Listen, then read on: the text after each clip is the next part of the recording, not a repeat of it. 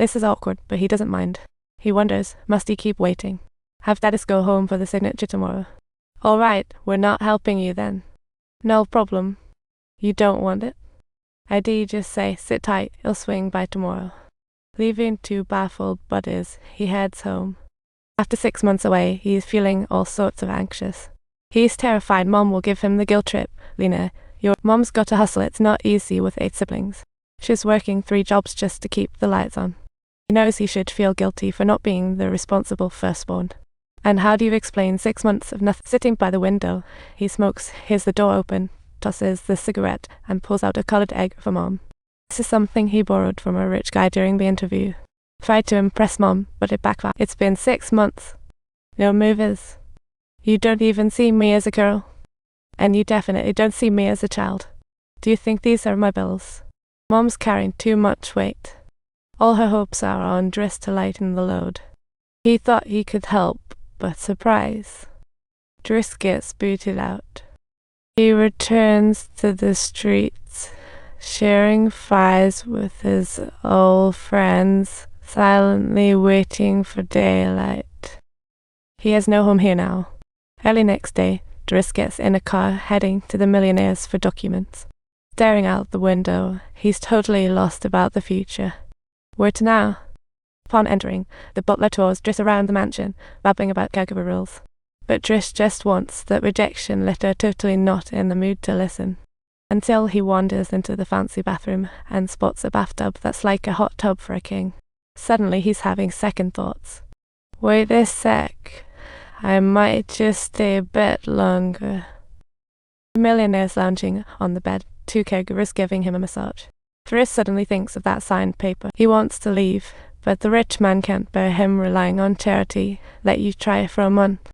Just think about it. I don't think I'll have any objections. This is a serious job, but for Driss, living in the mansion sounds pretty sweet. He quickly moves in, starts nursing lessons, and falls asleep in the first session. He's trying to carry the Millionaire, but forgets to buckle up. The image is just hilarious. Wait, don't let him run away. And because he can't read, he mistakes foot wash for shampoo. I really can't do this, but for you guys, I'm taking a stand. Well, actually, I should be. But remembering the bet, he just gives in and helps the Millionaire with socks. And those white gloves? Even harder to take. The rich guy can't manage on his own. Driss isn't taking the job seriously at all and accidentally spills hot water on the Millionaire's leg. Seeing he doesn't react, he's intrigued and pours again. Can't feel a thing. But the Millionaire is mad. He knows Driss isn't fit for this, yet keeps him around anyway. And going out, Driss refuses to treat the Millionaire like a pet stuffed in the trunk. He is more preoccupied with the feelings of the wealthy man than turns his head, notices the neighbor's sports car, and steps on the gas pedal. Listening to the engine roar, both burst out laughing. Driss has never driven a nice car, and the Millionaire hasn't been in one for ages. The pedal goes down, and the Millionaire is complaining about how the neighbor's car always blocks the driveway. Driss wasn't going to put up with it. He takes them all along to an art exhibition, where the Millionaire spends a full hour admiring one painting and ultimately purchases it at a high price. Driss can't believe it. This looks like some doodle and it costs 30 grand. He's convinced anyone can throw this together and make a buck. The Millionaire goes to meet a friend, feeling worried about Driss' past and telling him that he had been imprisoned for robbery. He's no caregiver, and he can't understand why the Millionaire would want to take this risk. Since becoming paralyzed, the Millionaire's grown sensitive, yearning to fit in yet fearing being viewed as weak. He's trying to keep distance from the whirl, but the Millionaire really doesn't care about Driss' past. Just as Driss wishes to regard the Millionaire as an ordinary person. When the phone rings, Driss just hands it over, waiting for the Millionaire to pick it up. That is precisely the normalcy the millionaire yearns for.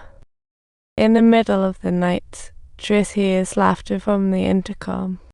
He wants to be lazy and sleep it off, but can't help checking on the millionaire. What's wrong? What happened? The millionaire looks pale, breathing hard. Turns out it's a medicine reaction.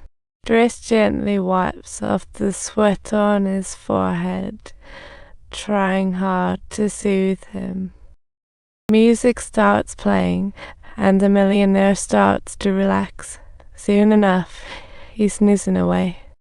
Soon, Driss takes him for a stroll. Streets are deserted at dawn. We could joke around while walking, Driss suggests.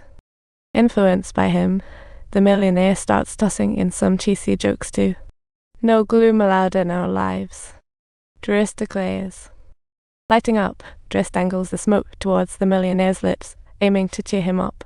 Finally, in the diner, they let their guards down and burst into laughter. Talking about his late wife brings a tear to the millionaire's eye. She had it rough. Friends say to look after each other sounds reasonable. Subscribe to our channel.